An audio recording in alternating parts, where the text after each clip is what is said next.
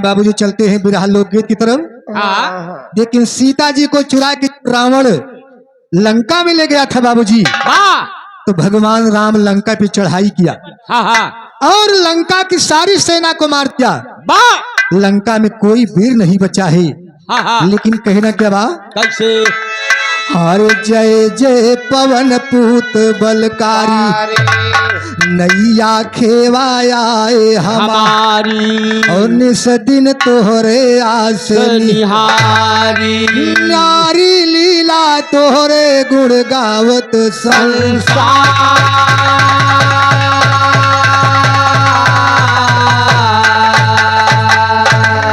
गुण गावत संसार पवन सुत महाकष्ट भय हे गुण गावत संसार पवन सुत महाकष्ट भय हारी हो ओ सदा सहाय भया भगतन पे भंवर से लिहाऊ उधारी हो ओ पायक बन के रामचंद्र के लंका दिहाऊ उधारी हो ओ एक सहारा तोहरे लइके सभा बीच ललकारी हो ओ जय जग जननी जगदम्बे हे सरस्वती महतारी हो ओ माधो राम के कलम आई के कर से लिया समारी हो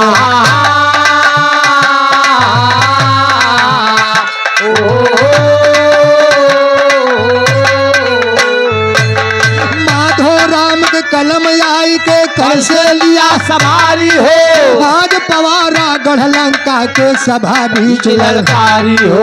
होत लड़ाई गढ़ लंका में सुना कान सब समारी हो ओ मेघनाथियो कुंभकर्ण जब गए स्वर्ग की सिधारी हो ओ कोई बचान गढ़ लंका में महाबली बलकारी हो ओ घर घर विधवा रोए रही है मची हाहाकारी हो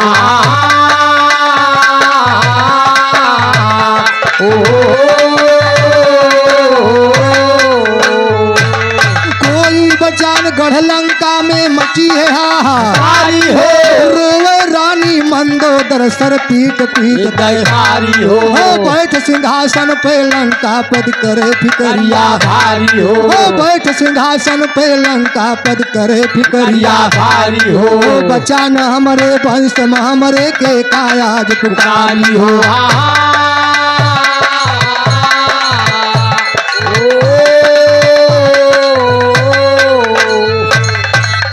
जब लंका की सारी सेना मारी गई बाबूजी, हाँ तो रावण को बड़ा दुख होता बा। वाह और इसके पहले जितनी सेना मारी गई थी रावण को कोई दुख नहीं हुआ था। जब इंद्रजीत मारा जाता है, हाँ मेघनाथ हाँ बाबूजी, तो रावण को बड़ा दुख होता बा। वाह और सिंहासन में बैठ कर रावण सोच रहा है आज हमारे वंश में केहू नहीं बचा बा, हम केका पुकारी आज। तभी उसी समय मंत्री आके रावण को समझाता है कि राजन हाँ आप चिंता ना करें, वाह अभी आपका एक लड़का जिंदा है वाह जिसे आप भूल गए हैं हाँ हाँ और इस समय बेहबावलपुर में राज कर रहा है वाह और उसका नाम है नारंतक। हाँ हाँ हाँ बाबूजी जब नारंतक पैदा हुआ था, हाँ आप पंडित जी के पास गए पूछने के लिए, वाह तो पंडित जी ने बताया कि तुम्हारा बेटा मूरे में पैदा भा है। हाँ मूड़े में भा है कहाँ भा? मूड़े में मूरे गोड़े में नहीं भा। हाँ हाँ अरे मूरे में हो भाई भैया, एक मूर नक्षत्र होता है। अच्छा अच्छा पंडित जी ने बताया अगर आप हाँ हाँ लंका में रहेगा तो लंका का विनाश हो जाएगा। वाह तो है ये है भैया, तो आपने उसी डर से हाँ हाँ अपने बेटे नारंतक को नदी में फेंकवा दिया था। हाँ कि मर जाए लेकिन वो मरा नहीं है, हाँ हाँ हाँ वो अभी जिंदा है। वाह हो तेरे जानत रह जवान निकलेगा लौंडा। अच्छा, अरे यार जौन छपैया मारा सही से हम यानी पैदा होते तैरे जानेंगे तो दादा रहे भाई तो देखते रहे तो और नहीं सिखौबे भा रहे हो। ये नहीं गुहारी लगाई बचा लियो हो लौंडा मारी का जान लियो अच्छा, निकाल भाई। लेकिन वो अपनी किस्मत का तेज था, बड़ा भाग्यवान था। हाँ हाँ हाँ लेकिन मंत्री रावण से बता रहा है, हाँ हाँ मगर बताओ कैसे बात। कैसे अरे मंत्री कहाँ झुकाए शीश अरे मंत्री कहे झुकाए शीश और राजन क्यों होते आधीर अब ही बैठा बड़का वीर करे लड़ाई आए ना अब ही बैठा बड़का वीर करे लड़ाई आए ना अब ही बैठा बड़का वीर करे लड़ाई आए ना अब ही बैठा बड़का वीर करे लड़ाई आए ना अब ही बैठा बड़का वीर करे लड़ाई आए ना अब ही बैठा बड़का वीर करे लड़ाई आए ना अब ही बैठा बड़का वीर करे लड़ाई आए ना अब ही बैठा बड़का वीर हर जन्मा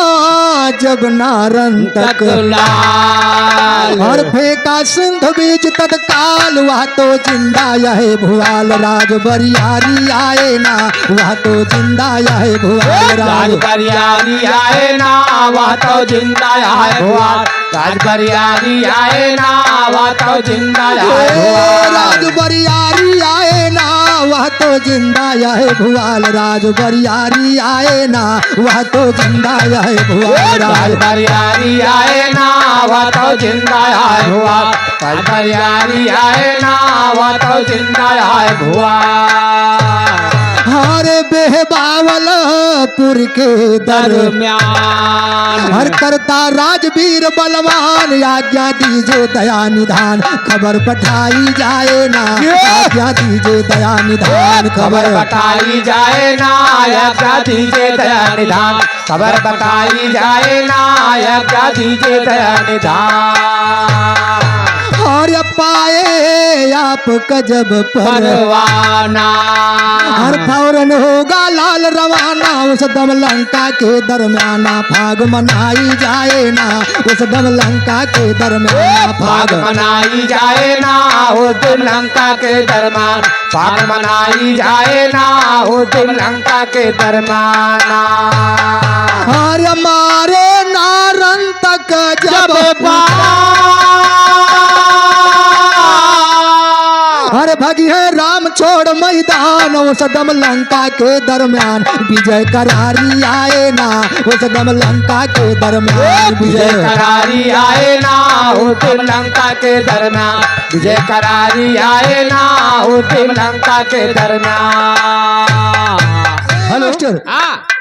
मंत्री बता रहा है कि राजन जिस समय आपका परवाना पाए यानी पा जाएगा हाँ तो दौड़ता हुआ आएगा और नारन तक के आगे भगवान राम मैदान छोड़ के भाग गई है। इतना सुन के बाबूजी रावण खुश होगा और अपने बेटे नारन तक को चिट्ठी लिखने लगा। लेकिन चिट्ठी लिखत कैसे बा मास्टर कैसे और सुन के रावण खुश हर पाती लिखे लाग तत्काल लजिया राखाया के लाल बड़ी तबाही आए ना लजिया राखाया के लाल बड़ी तबाही आए ना लजिया राखाया के लाल बड़ी तबाही आए ना लजिया राखाया के लाल भैया अरे हमारा गे चाचा तो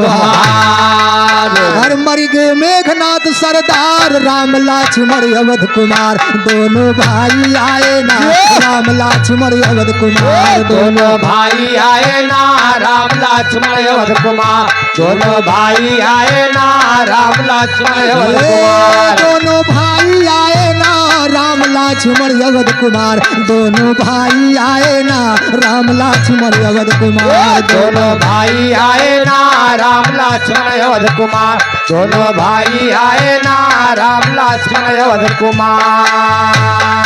हर लंका जर के होई गए हर जानव बचाई न पाए खाक बेटा मिटने वाली साथ बड़ी बुराई आए ना बेटा मिटने वाली साथ बड़ी बुराई आए ना बेटा मिटने वाली साथ बड़ी बुराई आए ना बेटा मिटने वाली साथ हर आके लजिया मोर बचावा हर बेटा दुश्मन मार भगावा शासन लंका के चलावा ताज बंधाई जाए ना शासन लंका के चलावा ताज बंधाई जाए ना शासन लंका के चला ताज बंधाई जाए ना शासन लंका के चला ताज बंधाई जाए ना शासन लंका के चलावा ताज बंधाई जाए ना शासन लंका के चलावा ताज बंधाई जाए ना शासन लंका के चला ताज बंधाई जाए ना शासन लंका के चलावा ए मास्टर हाँ लेकिन देखा बाबूजी मंत्री रावण से कहने लगा आप देरी ना करें हाँ। और चिट्ठी लेकर के आप फौरन तैयार कीजिए और धावन के द्वारा ये चिट्ठी बेहबावलपुर पहुंचाई जाएगी। लेकिन देखा चिट्ठी लेके धावन बेहबावलपुर जा रहा है मगर तर्ज बदल के बा मास्टर।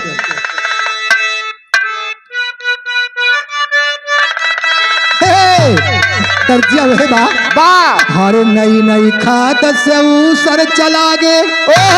हरे मियड़ गवा चक बंदी माँ अरे वाह हरे मियड़ गवा चक बंदी माँ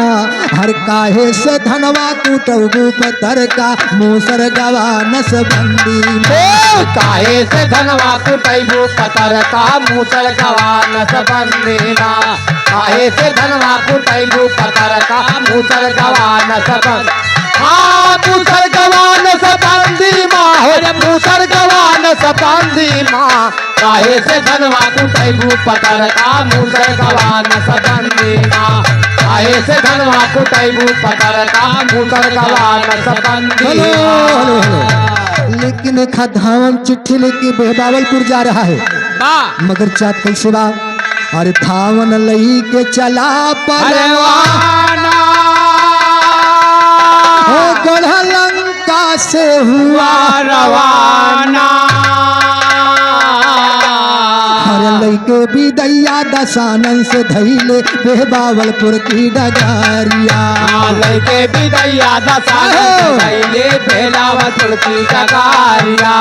लैके विदैया दशानन का धैले बेहबावलपुर की डगा बेहबावलपुर की डगार मोर रामा बेहबावलपुर की डगारिया लैके विदैया दशानन का धैले बेहबावलपुर की डगारिया लैके विदैया दशानन का धैले बेहबावलपुर की डगारिया अरे लई के विदैया दशानन से धैले लेकिन कहना क्या बा मास्टर कैसे हर लई के विदैया दशानन से धैले हर बेहबावलपुर की डगारिया औरतिया बघेला पहुंची गवा जाके नारायण तक की नगारिया औरतिया बघेला पहुंच गवा जाके नारायण तक की नगारिया औरतिया बघेला पहुंच गवा जाके नारायण तक की नगार नारायण तक की नगार मोर रामा नारायण तक की नगारिया औरतिया बघेला पहुंच गवा जाके नारायण तक की नगारिया औरतिया बघेला पहुंच गवा जाके नारायण तक की नगारिया हर रतिया बघेला पहुंच गवा जाके और नारायण तक की नगारिया हर सूतल रहा रनिवासे मभूपत उठ गईले पाके खबारिया सूतल रहा रनिवासा मभूपत उठ गईले पाकल खबारिया सूतल रहा रनिवासा मभूपत उठ गईले पाकल खबार उठ गईले पाकल खबार मोर रामा उठ गईले पाकल खबारिया सूतल रहा रनिवासा मभूपत उठ गईले पाकल खबारिया सूतल रहा रनिवासा मभूपत उठ गईले पाकल खबारिया अरे सूतल रहा रनिवासे मभूपा अरे उठ गईले पाके खबारिया हर पाती पढ़े जब लंका पति के दहिया से फूटे लवारिया बातें पढ़े जब लंका पति गए दहिया से फूटल लवारिया बातें पढ़े जब लंका पति गए दहिया से फूटल लवा ओ दहिया से फूटल लवार बोले रामा दहिया से फूटल लवारिया बातें पढ़े जब लंका पति गए दहिया से फूटल लवारिया बातें पढ़े जब लंका पति गए दहिया से फूटल लवारिया हर पाती पढ़े जब लंका पति के हर दहिया से फूटे लवारिया अरे लागी गई अगिया फरक उठी अखिया अब देहले तुरतैया डारिया लाग गई अगिया फरक उठी अखिया अब तो सजले अडारिया लाग गई अगिया फरक उठी अखिया अब तो सजले अडा ओ अब तो सजले अडार बोले रामा अब तो सजले अडारिया लाग गई अगिया फरक उठी अखिया अब तो सजले अडारिया लाग गई अगिया फरक उठी अखिया अब तो सजले अडारिया हेलो यह देखा बाबूजी जब लंका पति के पाती नारन तक पढ़त बा तो उनके शरीर से लवर उधिरा दिवा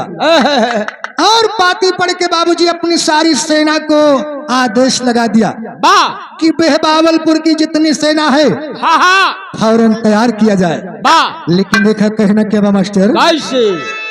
अरे लागी गई अगिया फरक उठी अखिया अब देहले तुरतैया डारिया सेनापति तैयार कर जल्दी जितनी है लसकारिया सेनापति तैयार कर जल्दी जितनी है लसकारिया सेनापति तैयार कर जल्दी जितनी है लसका ओ जितनी है लसकार बोले राम जितनी है लसकारिया सेनापति तैयार कर जल्दी जितनी है लसकारिया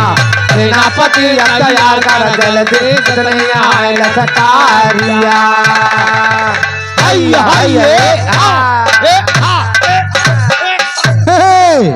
बहुत डरिए सब पूरे पे लागा है भैया पूरे पे लागा है जाता है पाकिस्तान लड़ाई करे रेलगाड़िया चलावेला बलमुआ रेलगाड़िया चलावेला बलमुआ देखेला नाही लाल झंडी रेलगाड़िया चलावेला बलमुआ देखेला नाही लाल झंडी रेलगाड़िया चलावेला बलमुआ देखेला नाही लाल झंडी का कही बतिया हो आज की रतिया का कही बतिया हो आज करतिया का कही बतिया हो आज करतिया हारन दबावेला बलमुआ हारन दबावेला बलमुआ देखेला नाही लाल झंडी हारन दबावेला बलमुआ देखेला नाही लाल झंडी हारन दबावेला बलमुआ देखेला नाही लाल झंडी ए भैया यार नारन तक बेहबावलपुर की सारी सेना को तैयार कर दिया कि सारी सेना तैयार किया जाए और गढ़ लंका की तरफ रवाना होनी चाहिए लेकिन देखा कहना क्या बात कैसे जितनी सेना बेहबावलपुर के फौरन करा तैयार सुना जितनी सेना बेहबावलपुर के फौरन करा तैयार सुना शमशान हो गई लंका नगरी पर के आँख सुना सेना सज गए नारन तक रथ पे भाई सवार सुना काशी जाके बिंदुमती से कहने लगी पुकार सुना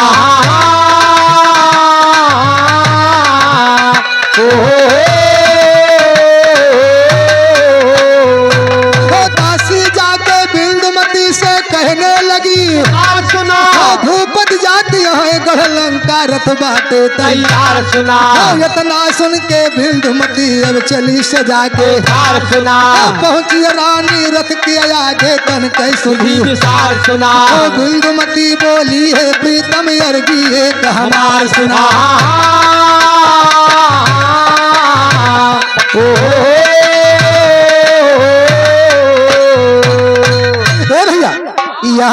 ब्रजवासी का मालूम होत बा कि नारंतक लंकापुरी जा रहे हैं। लड़ाई करे। हाँ भैया, तो जाके नारंतक की पत्नी बिंदुमती से बता रही है कि तोरे स्वामी लंका जाते। जब इतनी बतिया नारंतक की पत्नी सुनती बा बाबूजी आरती सजाई के और अपने पति के सामने खड़ी हो जाती बा और बोलत बा एक तर्ज बा। का बोलत बा मास्टर?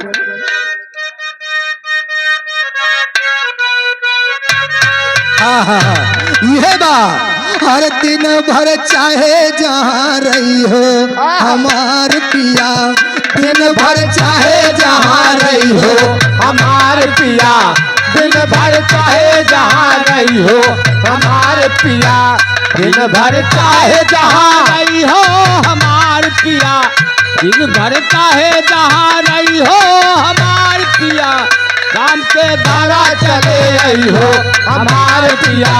शाम के धारा चले आई हो हमार पिया। Hello hello hello. जो तू मोरे बलम घर नहीं आई बा, जो तू मोरे बलम घर नहीं आई बा, जो तू मोरे बलम घर नहीं आई बा,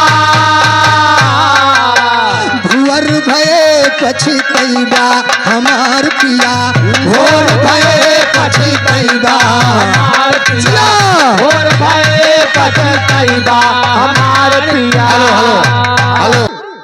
इसी तर्ज में बाबूजी बिंदुमती अपने प्रीतम नारंतक से बोलत बा। तो स्वामी आप कहाँ जाते? आप कहाँ जा रहे हो? अरे नाचे वाली बात नहीं बा। नारंतक बोलत है प्रिय हम जा रहे हैं लंका में। अच्छा लड़वाई करे? लड़वाई नहीं लड़ाई करे। अच्छा हाँ लड़ाई। हमारे पिताजी के ऊपर संकट आ गया है। बाबा तो बिंदुमती कहती बा स्वामी अपने सथवा हमहू के लिए आए चला। हाँ तू दगबो हम गोली भरब। अच्छा अरे सबके गोलियां भर। वो कोई बात नहीं बा। अच्छा हाँ बिंदुमती बोलती बा हाँ कि जब से हमका बियाई के लाया है हमारे सास ससुर से दर्शन नहीं भवा। अच्छा वो बात है। हाँ, अगर आप लड़ाई करेंगे तो हम अपने सास और ससुर के सेवा करब। ए भैया, लेकिन बिंदुमती का बोलती बा हर कर भाई सास से मिलनवा लियाए चला, कर सास से मिलनवा लियाए चला, कर सास से मिलनवा लियाए चला, कर सास से मिलनवा लियाए चला, कर सास से मिलनवा लियाए चला, कर सास से मिलनवा लियाए चला, कर सास से मिलनवा लियाए चला। जब से ब्याही गयली ससुरावा, जब से ब्याहे गयली ससुरावा, जब से ब्याहे गयली ससुरावा, नाही भयल दर्शनवा लियाए चला, नाही भयल दर्शनवा लियाए चला, नाही भयल दर्शनवा लियाए चला, नाही भयल दर्शनवा लियाए चला, नाही भयल दर्शनवा लियाए चला, कर सास से मिलनवा लियाए चला, कर सास से मिलनवा लियाए चला। सास ससुर जी कई पूजबई चरनावा, सास ससुर जी के पूजबई चरनावा, सास ससुर जी के पूजबई चरनावा, लागल हमरो धियनवा लियाए लागल हमरो धियनवा लियाए चला, लागल हमरो धियनवा लियाए चला। एक बात बिंदुमती और बोलती बा कहे स्वामी मैंने सुना है कि लंका सोने की बनी है। आज तक मैंने जितना मकान देखा है ईंटा और केवल माटी के, तो हमका सोने की लंका दिखाई दा, और सोने की लंका दिखाई दा सवरिया, सोने की लंका दिखाई दा सवरिया, सोने की लंका दिखाई दा सवरिया, पैया लागी सजनवा लियाए चला। पैया लागी सजनवा लियाए चला, पैया लागी सजनवा लियाए चला। मास्टर हाँ जब इतनी बतिया नारंतक सुनत बा बाबूजी तो नारंतक हंसने लगा और कहा तो बा थोड़ी सी बात के लिए आप चिंता कर रही हो, अगर आप चलना चाहती हो तो मेरे साथ चल सकती हो, लेकिन कहना बा ओ हंस के बोला नारंतक क्यों रही हो आंसू सुधार सुना, हंस के बोला नारंतक क्यों रही हो आंसू सुधार सुना, चलो हमारे साथ प्रिय क्यों होती हो लाचार सुना, चलो हमारे साथ प्रिय क्यों होती हो लाचार सुना, हर्ष धोई के बिंदुमती तब हो गई तैयार सुना।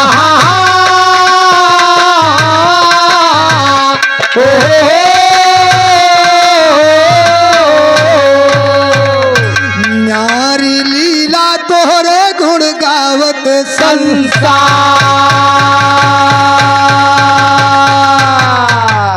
नारंतक करके तैयारी